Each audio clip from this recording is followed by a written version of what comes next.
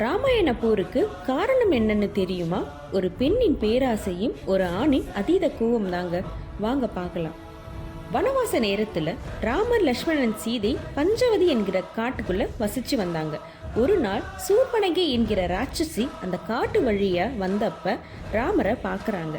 பார்த்த அந்த நொடியே ராமனோட அழகும் வீரமும் அவளை காதல் வசப்படுத்துச்சு. பேராசை கொண்ட சூர்பனகை அழகிய பெண்ணாக மாறு வேஷத்துல ராமர் கிட்ட தன்னோட காதலை சொல்றா. ஆனா ராமர் தனக்கு திருமணம் ஆகிவிட்டதை சொல்லி மறுக்கிறாரு. கோபம் கொண்ட சூர்பனகை இது எல்லாத்துக்கும் இடைஞ்சலா இருக்கிறது சீதை தான்னு அவளை தாக்க பாக்குறா. இத பார்த்த லக்ஷ்மணன் கடும் கோபத்துல சூர்பனகையோட மூக்க அறுத்துடுறாரு. கடும் வலி மற்றும் மனவேதனையோட சூர்பனகை காட்டுக்குள்ள ஓடி தன்னோட அண்ணன்களான கரந்துஷன் கிட்ட நடந்ததை சொல்றா.